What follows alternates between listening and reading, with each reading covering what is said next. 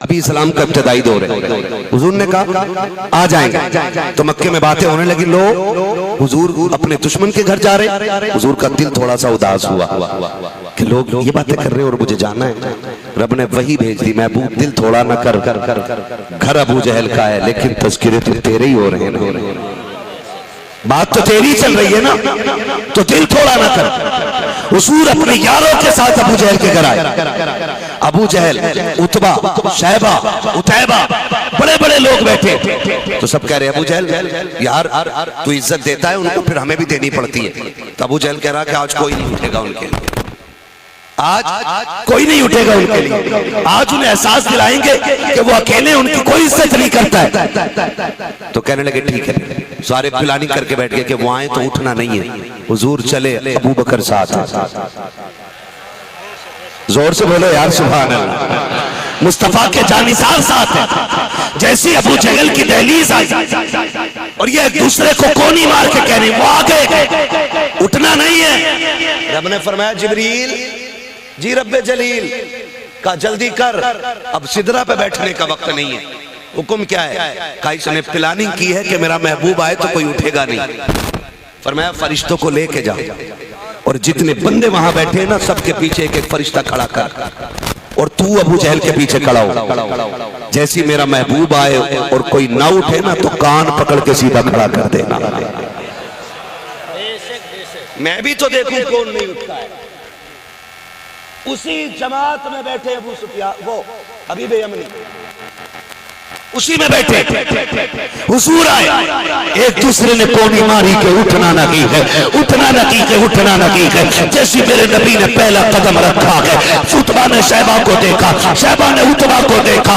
एक दूसरे का मुंह देखने लगे, सब मिलके अबू जहल का मुंह देख रखे गए कि ये ना उठे तो हम ना उठे। सबसे पहले जिब्रील ने अबू जहल के कान पकड़ा और सीधा खड़ा कर दिया। जैसे अबू जहल खड़ा, फिर उतबा भी खड़ा, उतैबा भी खड़ा, शैबा भी खड़ा, सारे खड़े हो गए।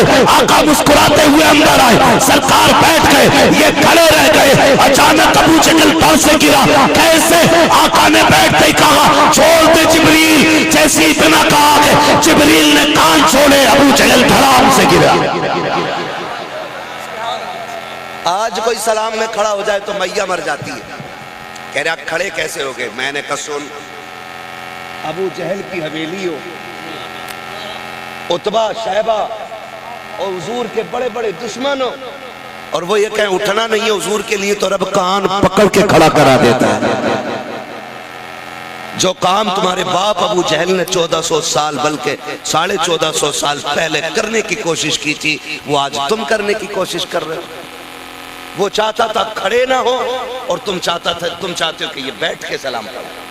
हम वो सुन्नी है जो सिर्फ खड़े होके नहीं, बैठ के नहीं, हम लेट के भी हुजूर पे सलाम पढ़ते हैं। हाँ वो जो है ना, और सिर्फ बैठ के नहीं, हम तो मरने के बाद भी हुजूर पे सलाम पढ़ते हैं। मैं वो सुन्नी हूँ जमीले कादरी, मेरा लाशा भी पढ़ेगा अस्सलातो, अस्सलातो, जोर से अस्सलातो। हर सुन्नी की आवाज आनी चाहिए भाई। हाँ तो हबीब यमनी कहने लगे छोड़, अब क्या करेगा पूछ के। कहा क्योंकि पता चल गया कि ये अल्लाह के सच्चे नबी हैं। अब कैसे पता चल गया? कहने लगे तुम पूरी टीम को अपने खड़े होने से ना रोक सके तो तुम उनके दीन को कैसे रोक सकते हो?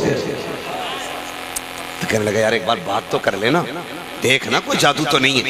जब इतनी बात कही ना जादू तो नहीं है देख। तो अभी भी हमने आगे बढ़े, कहने लगे आप अल्लाह के रसूल हैं? कहा जी।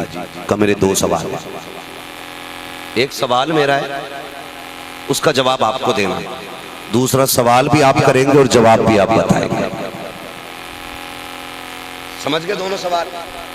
एक सवाल मेरा है जिसका जवाब आपको देना है, और दूसरा जो सवाल है ना वो सवाल भी आप बताएंगे और जवाब भी आप देंगे। हुजूर ने फरमाया पहला सवाल कर। हबीब यमनी कहते मैं जानता हूं कि जादू जमीन पे चलता है, आसमान पे नहीं। अगर तुम नबी हो तो बताओ चांद के दो टुकड़े कर दोगे? मेरे नबी ने कहा हाँ। क्या चल उठ, दोपहर का वक्त था, शाम नहीं थी। कहा उठ। कहा अभी चांद किधर है? कहा आना, चांद निकालना मेरा काम है। हबीब यमनी रुकने लगे। अबू जहल ने कहा क्यों रुके? कहा यार जो उठ के चल दिया है ना वो चांद के टुकड़े भी करके दिखा देगा। एक ऊंचे टीले पे लाए, हुजूर ने इशारा किया, सूरज निकला हुआ था वो छुपा। दूसरा इशारा किया, चांद निकला। फिर आपने इशारा किया, चांद के दो टुकड़े हो गए। कहने लगे हबीब कुछ और, कदमों पे गिर गए। कहने लगे मैं तो मान गया हूं कि आप अल्लाह के नबी, मगर इनके लिए जो मेरा सवाल रह गया है ना वो भी आप बता दें और उसका जवाब भी आप दे दें। क्योंकि हबीब का दूसरा सवाल यह था कि नबी जो होता है वो गैब जानता है, और सवाल दिल में लेके आया हूं, देखो जवाब मिले अगर करेंगे। जब इतनी बात हजरत हबीब यमनी ने कही है तब मेरे सरकार ने कहा था हबीब तेरा दूसरा ख्याल ये था कि तेरी एक बेटी है जो अपाहिज है, बीमार है, चल नहीं सकती है, उठ नहीं सकती है, और तू ये तमन्ना लेकर के आया है कि अल्लाह तेरी बेटी को शिफा अता फरमा दे।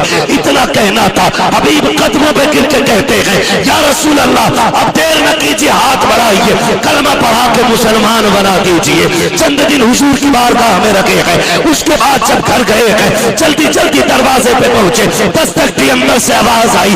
कौन है दरवाजे पे? समझ गई ये तो बेटी की आवाज है। कब तेरा बाप आया है। जैसी बेटी ने दरवाजा खोला हबीब की चीख निकल जाती है, बेटी ये सब कुछ कैसे हो गया? तू तो बिस्तर पे पड़ी थी, शिफायाब कैसे हो गई? काका क्या बताऊं, अचानक अंधेरा छाया और मुझे लगा रात हो गई है। मैं लेटी, मेरी आंख लगी, कोई ख्वाब में चांद सा चेहरा लेके आया था। इतना हसीन था कि उसे देखने से नजर हटती न थी, उससे जी भरता न था। अब्बा उसने आकर के मेरे वजूद को हाथ लगाया, अल्लाह ने मुझे शिफा अता फरमा दी है। अब्बा जी जब वो जा रहा था उसने मुझसे कहा था मेरा कलमा पढ़ ले। मैंने तेरे बाप को यहाँ बुला के कलमा पढ़ा दिया है। आके करीम के इस जुमले को सुना है। हबीब कहते हैं बेटी में तुझसे ज्यादा नसीबों वाला हो काकू कि तू जिसकी बातें कर रही है मैं उसे देख के आया हूँ, उसके हाथ में कलमा पढ़ के आया हूँ। बेटी ने कहा अब्बा ना, नसीब वाला तू नहीं बल्कि मैं हूँ। मेरे नसीब दे कि जिसकी तू बातें कर रहा है वो मुझे घर आकर के मुस्तफा कलमा पढ़ा के गया। सुभान अल्लाह, सुभान अल्लाह, सुभान अल्लाह।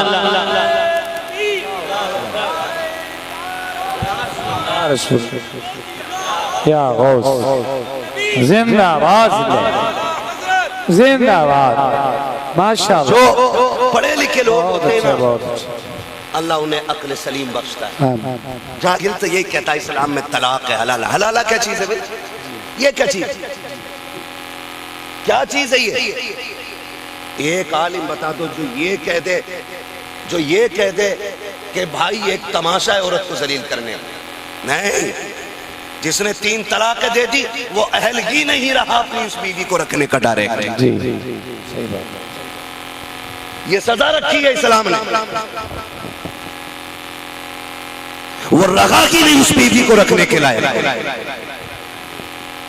ये तो मैंने आपने ये रास्ते निकाले। सही बात। वरना इस्लाम ये कहता कि अब वो इसकी हो ही नहीं सकती, अब वो दूसरे की सही बात। किसी और से निकाह करे। ये 3 तलाक दे चुका है, दूसरे से निकाह करे, ये इस्लाम कहता है। और इसको हमने कहा अल्लाह अल्लाह जलील करने वाली बात है। शुक्र अदा करो इस्लाम वो है जिसने बाप भाई और चंद करीबी लोगों के अलावा औरत पे किसी की नजर को पढ़ने तक की इजाजत नहीं दी है। सही बात है। जी जी जी। और ये जो बात की जाती है ना गुलामी वाली, खुदा की कसम हुजूर ने बच्चियों को गुलाम नहीं बनाया, हुजूर ने बच्चियों को आजादी अता फरमाई है। सही बात। आजादी अता फरमाई है हमारे इस्लाम ने, आजादी अता फरमाई। तवज्जो है सारे लोगों की। जी हुजूर आए तो बेटियां मुस्कुराई। आज मैं बेटियों से कहना चाहता हूं कभी भी तुम्हें कोई मजनू तुम्हारा कोई आशिक जी अगर ये कहे मैं तुझे बंगले में रखूंगा, 5 लाख मेरी कंपनी देगी, मुझसे साथ निकल ले, तो सुन मेरी बेटी 5 लाख में कुत्ते खरीदे जाते हैं, इंसान नहीं। जी जी। 10 लाख में कुत्ते पाले जाते हैं, इंसान नहीं। इंसान की कीमत लाखों में नहीं होती, इंसान की कीमत तो पूरी जिंदगी भी नहीं बन सकती है। सही बात है, सही बात है। पूरी जिंदगी भी नहीं बन सकती है। कभी किसी के झांसे में मत आना। बेटियों को मारने वाले आज बेटियों के हामी नहीं हो सकते। ये आज कहते हैं बेटी बचाओ बेटी पढ़ाओ। मेरे नबी ने 1400 साल पहले कहा था बेटी बचाई भी जाएगी, बेटी पढ़ाई भी। सही फरमाया, सही फरमाया जी। अगली बात उठा के कहा जाता जी नकाब नकाब नकाब। मेरी बेटी नकाब कैद नहीं, नकाब आजादी है। कैसे बताओ? केला छिलके में अच्छा लगता है बिना छिलके के? बोलो यार। अगर कोई बच्चा चॉकलेट ले दुकान से, रेपर उठाए और चॉकलेट नीचे फेंक दे, नतीजा मक्खियां, चूंटियां, चूंटे, है ना? उसकी पूरी स्थिति क्या, शक्ल खराब। तो सुन, बेटियां भी नंगी और फैशन में अच्छी नहीं लगती।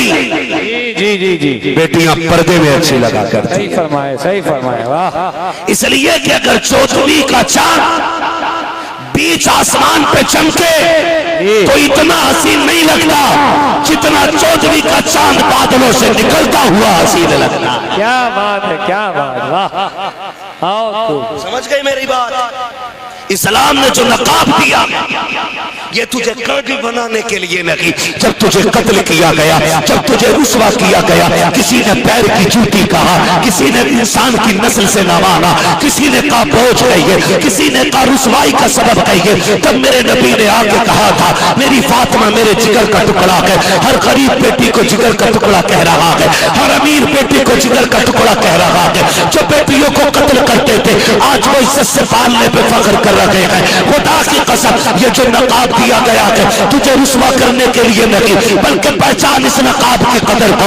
हर चीज पे कपड़ा नहीं होता है, किताबें तो लाखों हैं लेकिन जुस्तान सिर्फ कुरान पे नजर आता है। मस्जिदें बेशुमार है, खिलाफ सिर्फ काबे पे मिलेगा। कब्रें करोड़ों है लेकिन चादर सिर्फ मजार पे मिलेगी। किस लिए लगाया गया कपड़ा? इसलिए कुरान पे खिलाफ चढ़ाया ताकि दुनिया जान ले किताबें तो बहुत है लेकिन कुरान जैसी कोई किताब नहीं है। इसलिए काबे पे खिलाफ चढ़ा कि मस्जिदें तो बहुत है लेकिन काबे जैसी इबादत का नहीं है। कब्रों पे लेकर के इसलिए मजारों पे चादर चढ़ी क्योंकि कब्रें तो बहुत है लेकिन मजार जैसी कोई कब्र नहीं है। इसी तरह तुझे नकाब पहनाया गया, बेटियां तो बहुत है लेकिन नबी के घर की कनीजों की तरह कोई बेटी